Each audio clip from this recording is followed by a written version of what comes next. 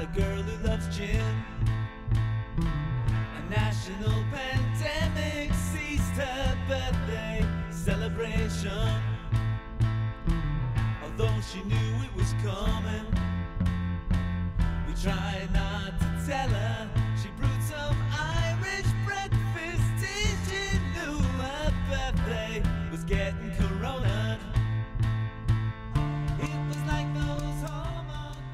Hey everybody, welcome to episode 2 of the Powell Not Found podcast. Technically episode 3 because we started in episode 0. So we've done it 3 weeks. 3 weeks in a row.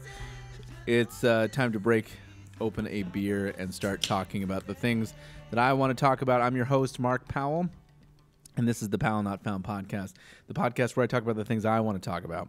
Again, the most self-serving premise there is. We got a show. A lot of stuff happened during the week. We're going to talk about Marcus Stroman.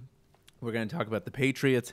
We're going to talk about a video game that came out about a year ago that I'm going to tell you that it's really good after a whole bunch of people told you that it was really good. But first, let's get to the track of the week. The track of the week, again, written by myself, is a track called Amanda. This track was written basically, I was trying to write a song for my niece at the time, and I was trying to use her name, which sounds similar to it. And this kind of came out of that. And it was basically me at the piano. I was playing a lot in the key of C, just kind of pounding the chords around. And this is the song that kind of came out of there. So without further ado, let me actually cue up the track there. This song is Amanda. Again, a lot of John Lennon, a lot of guttural feel in this one. So again, without further ado, this is Amanda. There we go. It's hard doing production by yourself. Let me raise those levels. And here you go. And we fade. And Amanda. I think it's time to tell you. I think it's time to break the news. Oh no, oh no. I think I love you. You've been coming and going.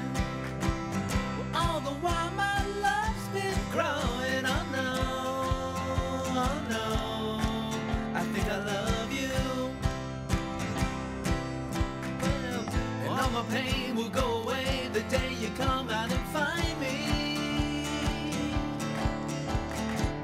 You came along and sang your song and all my blues were behind me. Oh no, I might need you more than you need me.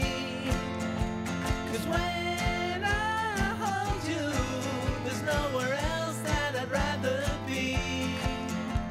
Amanda, it was a conversation, an obvious realization. Oh no, oh no, I think I love you. Ain't no other excuse. You're the one I'd only choose. Oh no, oh no, I think I love you. Hey!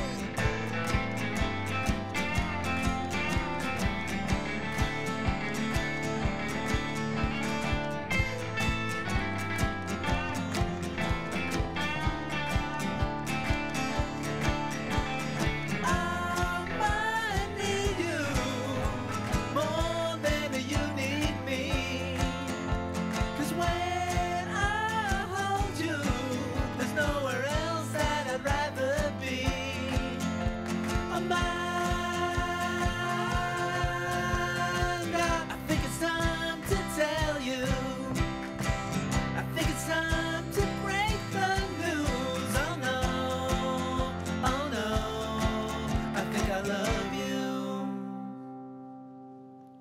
Hey, and that was Amanda by myself. Again, you can find that track at powellnotfound.bandcamp.com. When I was listening to that, I forgot that at the time when I was writing that song, I was listening to a lot of Ben Folds. There's a Ben Folds song out of the Lonely Avenue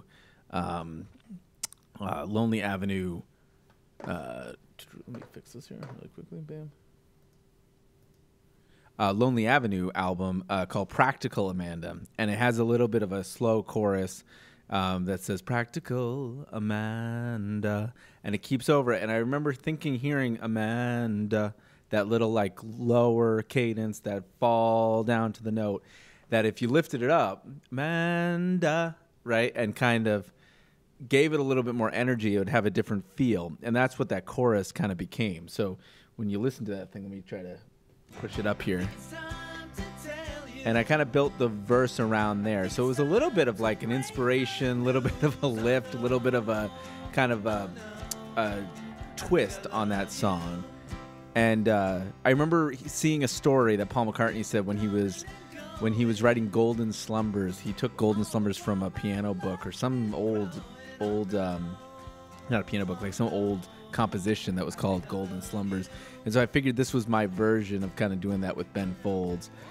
I also remember trying to film, and this is what we have up on the camera right now for everybody watching, a music video for this song. And this is in my old apartment, and you can see this kind of pop, like cut music video that was supposed to go along with this song. And obviously, very, very simplistic approach to a music video. There's not much going on except for me popping at different kind of intervals here. But I really like this song. I think it's fun. Again, it comes off the EP, including no bonus tracks, which is, again, on powellnotfound.com. Let me actually pull full screen here. Whoop. Transition. And back that down. Again, a lot of stuff happening this week.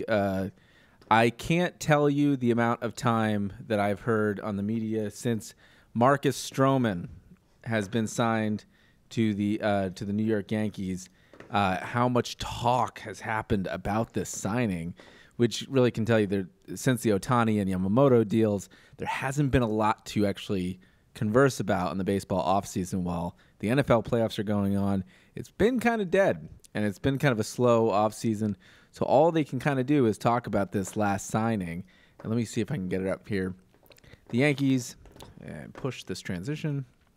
The Yankees in agreement with Marcus Stroman on a 2-year, $37 million contract. And personally, I think this is a pretty good move for the Yankees. The Yankees needed to bolster their rotation. They had traded away Michael King in the Juan Soto deal. Michael King, they were building up as a really, really nice rotation piece. That's why it kind of hurt when they kind of gave him away for the Juan Soto deal in an attempt to kind of bolster their lineup, which was depressingly quiet in 2023. It was a hard watch. Outside of waiting for Judge to come up, you had some disappointing acts come up to bat, including, Rizzo went down obviously with the concussion. Giancarlo Stanton was just not the same player, and you had Glaber popping some singles here and there, but other than that, the lineup was kind of depressing. So they needed to do something there, and they did. They got one of the greatest hitters in this generation to kind of bolster that lineup, but they had to do so pretty costly. I liked Kyle Higashioka, who's also a catcher, who caught for the Yankees for a long time, was the longest tenured Yankee, and they lost him for that Juan Soto deal. But the next thing they needed to do was bolster their bullpen, and obviously they did so with this signing. And the reaction has been largely negative, I feel like. I feel like most of the people talking in the media have been talking about his personality rather than talking about his arm, which is, maybe an interesting aspect in some regard. But, no one's really talking about the talent that he's going to bring to the actual field because of his social presence on social media. And the way they talk about this, I know people have different presences on social media. I think social media can be annoying. It can be a weird domain to put out your opinion because who knows who you're battling with. But do I think this is going to tank the team? No. I think this is a non-issue, to be honest. The Yankees have had some pretty interesting characters for a long time sign with the team. Not everybody has... is going to be a Derek Jeter, epitome of what you want in a baseball player, a vanilla baseball player. Actually, in fact, the other day, Derek Jeter was on the Aaron Andrews podcast, and I think he literally said his job was to be vanilla. And at times, that was kind of boring, you know? I mean, the Yankees took care of business, but when they didn't, and it felt like they were kind of a team playing with no emotion. So maybe this is a good deal. Maybe this kind of brings some edge to a team that kind of needs it, honestly. It was last year was a bad year for the Yankees. They were quiet on all fronts. Their pitching was strong, but they didn't have that edge. In 2021, in the offseason, they brought, or 2020, beginning of 2022, they brought in Josh Donaldson and IKF in exchange for Gary Sanchez to bring that attitude to the team. They wanted that edge to the team. And in the 2 years that Josh Donaldson was there, yes, he caused a little bit of controversy, in the beginning of 2022, and then kind of fell off. It didn't work out. Wasn't a great trade, but that's what they needed. They needed some personality, and they weren't going to get it from the business-like atmosphere. And so I think this is actually a really good signing. $37 million with a vesting option. The vesting option takes, this is from an article in The Athletic, the vesting option takes hold when he hits 140 innings. The concern has been that he hasn't been healthy enough to actually throw 140 innings. I don't think that's going to be a problem this year. I think that the Yankees especially now have a lot of players with a lot of things to prove coming into the season. So this might be the perfect cocktail that they need to kind of jumpstart their decision. So I think personally, I think this is a good move for the team. I think this will bring back the life in the rotation that has kind of been desperately missed since letting Severino go. I mean, if there's one thing that was interesting about watching Luis Severino pitch, was his energy on the mound. You know, you get it a little bit with Cole in high leverage outs, but seeing Sevy pop off the mound when he struck out the side or something like that is an exciting thing to watch. I think Stroman's gonna bring that kind of same energy to a rotation that probably needs it at this point. The stuff he does outside the field, I don't really care about that. I just want him to bolster that rotation. On that subject, the Yankees rotation, there's been a lot of talk in the media about the Yankees rotation being a little bit thin, and I kind of take issue with that as well. Let me fade over to my full screen here. The Yankees have a pretty strong rotation. I think if you separate the bad year that Rodon had, and I think that you have to look at it from a larger perspective. He was hurt for half of the year. Didn't make his debut until, I believe, July 2nd of 2023. I was at that game in Yankee Stadium, and I think he gave up 2 runs. He was it was a pretty solid start for that one start. And then the rest of the year was rocky. But if you take into account that he might have been injured and playing through injury, I don't think that you can take that sample size, that 3 months, and really say, oh, well, Rodon's gone. I mean, I think he's going to be a big part of this bullpen going forward, and I think he might come back for a bounce back year. Clark Schmidt, again, his first full year as a starter, and they had been kind of dragging him along as a bullpen piece, as a starter, maybe a starter. This was the first year that they really committed to him. They said, from all the things coming from the team, they said that he had like an attitude that was, ready to compete, and he showed it last year with a pretty strong campaign for a starting pitcher. So I don't quite understand when everybody says this is your number 2 guy, that they're ignoring the fact that, Rodon could have a bounce back year. Nestor could have a bounce back year. I mean, he already had, 2 years prior to last year that were pretty strong. And then you have Clark Schmidt, who's proven, to be able to last through the season. I think that's pretty strong. And if the Yankees are strong at anything, it's developing pitching. That has not been the issue out of the bullpen, or or in the starting rotation. They seem to be able to get by.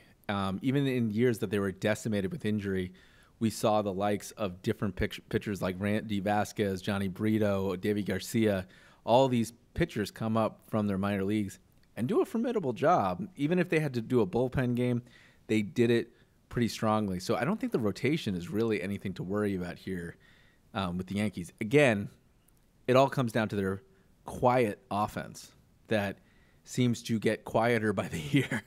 So, again, they have Soto. They've got Judge. They have Rizzo, which is 3 players you probably want in your lineup rather than not having them in your lineup. But whether Rizzo is going to come back and bounce back.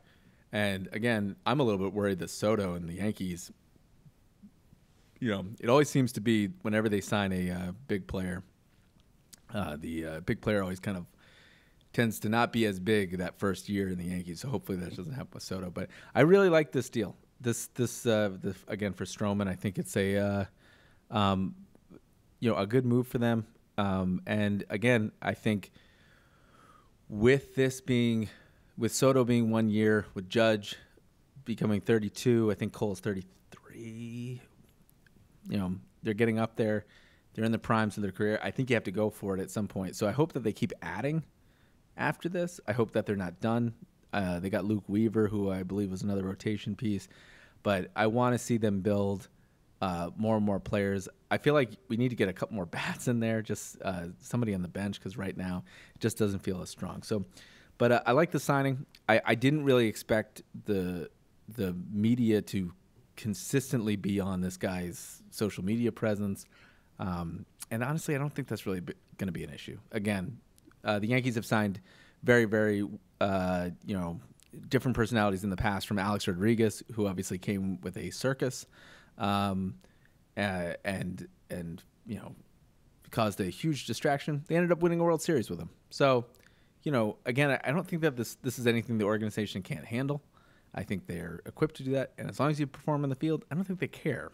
Last year, Domingo Germán was on the team. Obviously, he's not on the team this year, but he was suspended for pretty much the remainder of the year for causing a distraction in the clubhouse. Aroldis Chapman has had his troubles in the past, but again, they stuck with him. He didn't even show up to a playoff game, and they still continued on. So I think we can get by with whatever this guy's bringing to the table. I don't think that it's necessarily going to be a distraction for a team that seems, for the last 20 years, has dealt with distraction pretty well. And if he performs in the field, hey, everyone's going to love him. Who cares? So, again, good move for the Yankees. A Marcus Stroman signing for 2 years, so we're going to see him in pinstripes for at least 2, at least until the end of 2025, and then with that third year vesting after 140 innings. So, good move for the Yankees. All right, let's transition over to football, which I want to talk for one reason, and one reason only, because it relates to me. So, 1 second. And that's the end of the baseball section. Thank you. Thank you.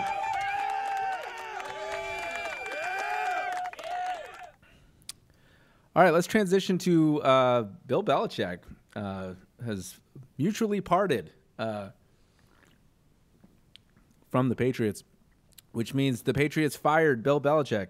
So congratulations, Bill Belichick. You were fired after 25 years of service. So congratulations on that.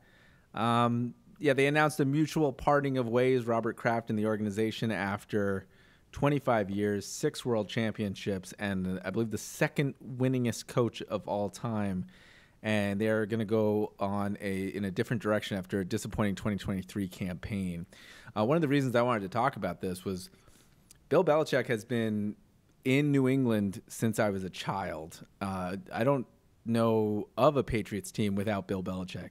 And I feel like this departure is as weird as the Brady departure was for the New England Patriots. I think this is kind of an end of an era. And one of the, regardless, I do think the biggest thing coming out of this story, again, is how everyone's treating this story. And I think that's the main point that I wanted to kind of get at. It's 25 years working for any kind of organization is an accomplishment. It's amazing to get past 5 years in an organization, let alone doing 5 times that. To bring 6 world championships to New England, when they were with Bledsoe and Bill Parcells before that, there wasn't the excitement that they generated over 20 years. It was vast. I mean, it was such a striking difference when Brady came to kind of quarterback that team, and it brought excitement to the NFL. It brought all these, and controversy, but it was an exciting campaign for the two of them. What I'm most surprised at is after the separation happened and after they mutually parted ways, there seemed to be article after article after article that was kind of outlining how the demise happened and how the relationship deteriorated. And while I think that it's probably in the media's best interest to kind of follow a acrimonious story for clicks and for bait, I do think that there's probably we're probably only seeing one side of the story. I don't see how you work in any place for 25 years and not, have run-ins with different people or have disagreements with different people. They talked a lot about Bill Belichick's way that he kind of managed a team and how it was kind of not gelling with some of the newer players. It wasn't as complimentary. It was more of like a militaristic style, which is, probably warranted. When you get paid millions of dollars to play a sport, maybe you don't, maybe the paycheck is your only compliment, that you should get. How many accolades do you really need when you get paid millions and millions of dollars? But it was just kind of interesting. Everyone's focusing on it's just maybe he's out of touch, maybe he's not in tune with what the players need anymore. And to be fair, I would expect this maybe with a head coach that played 1 year, 2 years with the team, max. But 25 years and 6 Super Bowls. I mean, what else can you ask of the guy, right? That was a pretty successful run. So I was just surprised that no one was really focusing on the positive aspects of this story. Secondly, I was reading that that Bill Belichick was very, very, very briefly the head coach of the Jets when they fired, if I'm getting the story right, if they fired Bill Parcells, he became the Jets head coach in an introductory press conference and then decided to resign in the press conference and then wrote his resignation letter on a napkin and that said, I am no longer the head coach of the Jets, on a napkin, which, again, out of all of these weird stories coming out, that has to be the greatest way to quit a company I've ever heard. And what a I don't care moment that putting your resignation on a napkin, that's pretty baller. So I thought that was just such a humorous thing that happened. Also, do they still have the napkin? Or do you file that napkin away in the records so you have it, or does someone transcribe the napkin and put it into formal paperwork? That's what I want. That's what I want to know. So, Bill Belichick stepping away from the Patriots. It's going to be interesting to see if they actually rebound from this. If they're coming off one of their worst seasons ever, 4-13, I think their record was, if I'm not mistaken. Let me actually double check that. They cut. Woo. Let me see. Patriots record 2023.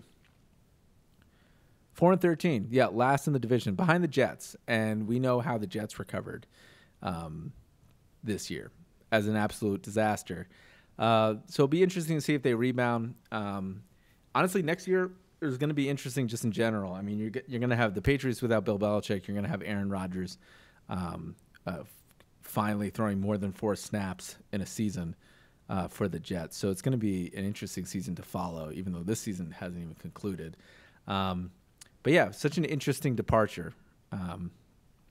Last night was watching the Chiefs and the Dolphins game, and again, the Chiefs kicked the Dolphins out of the playoffs after one game.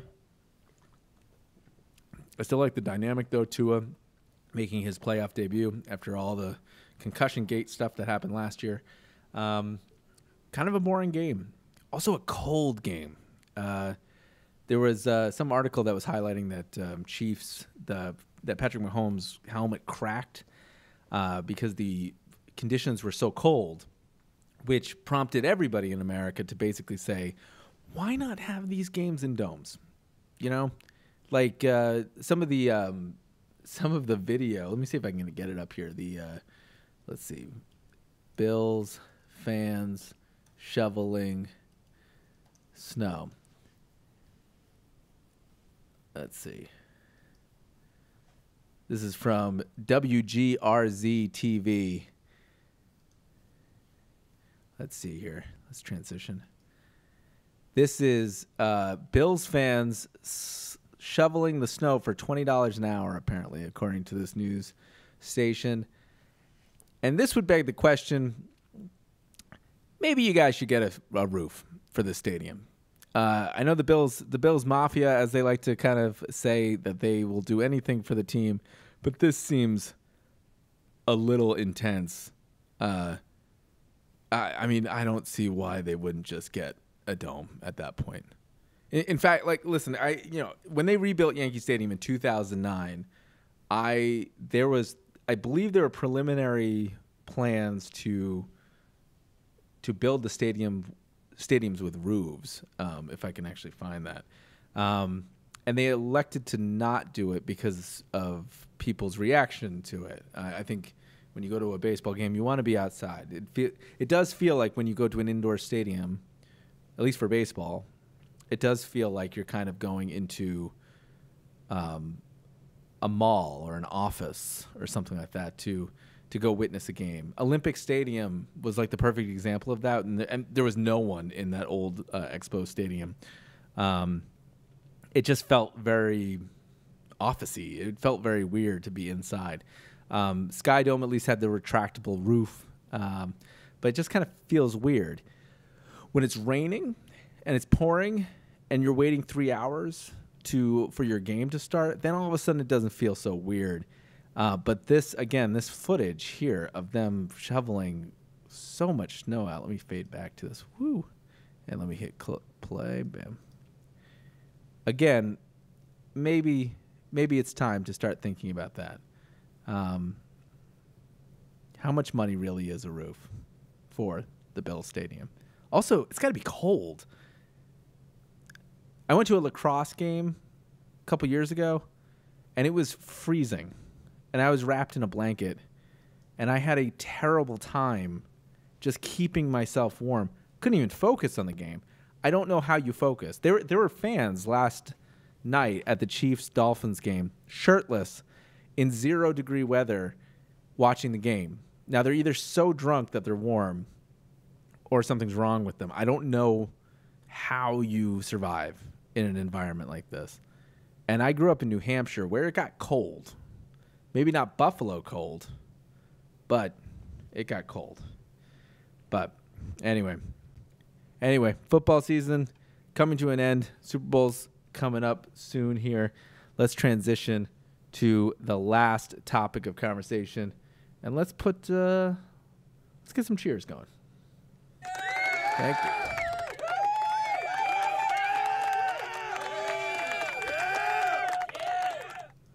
All right, here we go.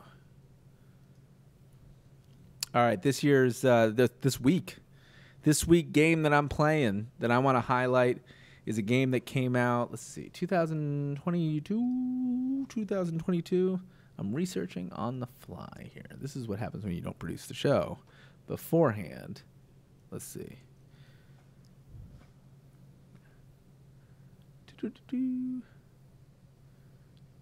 All right, I think it was in open access in 2018. I think it finally came out in 2022, if I'm not mistaken.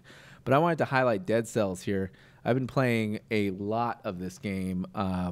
Very, very interested in getting the DLC for this game. And finally feel like I got better at this game. I don't know if they tuned the difficulty, but this is by Motion Twin. This game here. Let me transition, let me fade. Woo! This is the Dead Cells game by Motion Twin. Beautiful game. It's a roguelite, procedurally generated game that action game that really makes you feel like you're accomplished and you're becoming more and more powerful. It's kind of addicting. When I first picked up this game when it got on Switch, it was kind of I wasn't very sure about it. It kind of came out very close to another game called Hades, and there was a glut of these games going on. But this one just feels really, really nice in your hands to play. You're constantly unlocking new things, new weapons, new powerful, new power-ups, new mutations, and via blueprint, and basically trying to use this currency, these dead cell currency, to try to, make yourself more and more powerful. I finally made it to the door of the boss, and then decided to kind of stretch myself where I got annihilated in a later stage of the game. But this game is let me bring it back to the beginning here.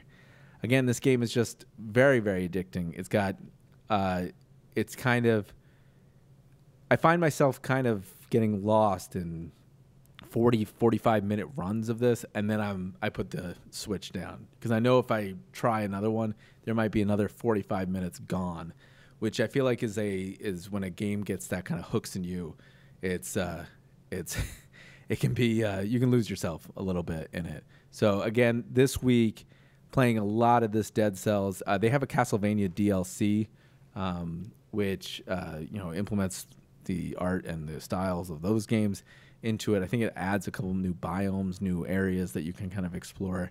I'm gonna probably pick it up, but again, just a game, a time suck game, man. It is really, really good, really satisfying, and honestly makes you want to go back and try another run and try to get a little bit more powerful each time. It reminds me of when I played Enter the Gungeon for the first time, except this one has more of a tactile feel than that one did. And there's a lot more. I feel like they've kept adding things. When I played it like a year ago, I could be wrong, but I don't feel like it was as expansive as it is today. It's just such a good thing to kind of go back and get into. And it's also a video game too that doesn't take too long to get into, right? That's the bad part about games right now, especially like something like a God of War, where you might watch a 45-minute cinematic before you actually even get to the action. This one is boom, you're in, and you're unlocking things, and you're working your way, and you're getting more powerful. It's a really satisfying game. I recommend anybody try it. Again, that's Dead Cells by Motion Twin. That's my quick review of the week. Let me transition back here. And I think that's going to do it. It's going to be a short episode this week for the Powell Not Found podcast. But next week, hopefully, we're going to get some more things to talk about. Obviously, a new week, new day, and new beer. This week's beer, let me put it on the list here, was Devil's Backbone Vienna Lager, which now sold a lot of different places. I believe it says Lexington and Williamsburg, Virginia. I thought they were in Charlottesville, but I could be wrong. Maybe that's just the restaurant. But drinking the Vienna Lager this week. That's going to do it for this week's podcast. Let me put on the music here. And, again, let me pull it down. Go ahead and like and subscribe the video. Watch the video. Put it on in the background. I don't care if you even listen to it. At this point, I'm just trying to get better. If you have any comments about how I can get better, segments we can do, things you want to talk about, maybe I'll make this less self-serving. Things you want to talk about, let me know. Again, this is the Powell Not Found podcast on YouTube. Just search Powell Not Found. Go to the channel and look for the podcast. Go check out the other videos. And, we'll keep on doing this every single week. 52 is the goal. 52 is the goal. Thanks a lot, guys, for listening. This has been week 3, episode 2 of the Powell Not Found podcast.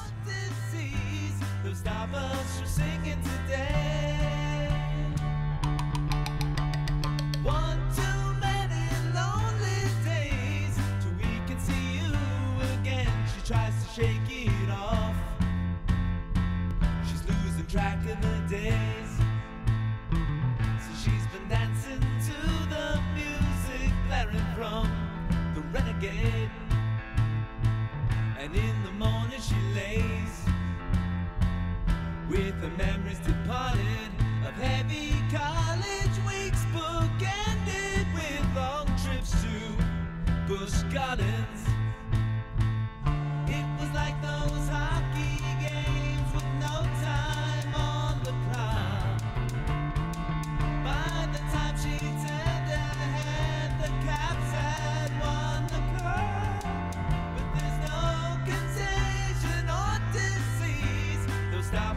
singing today. One too many lonely days till we can see you again.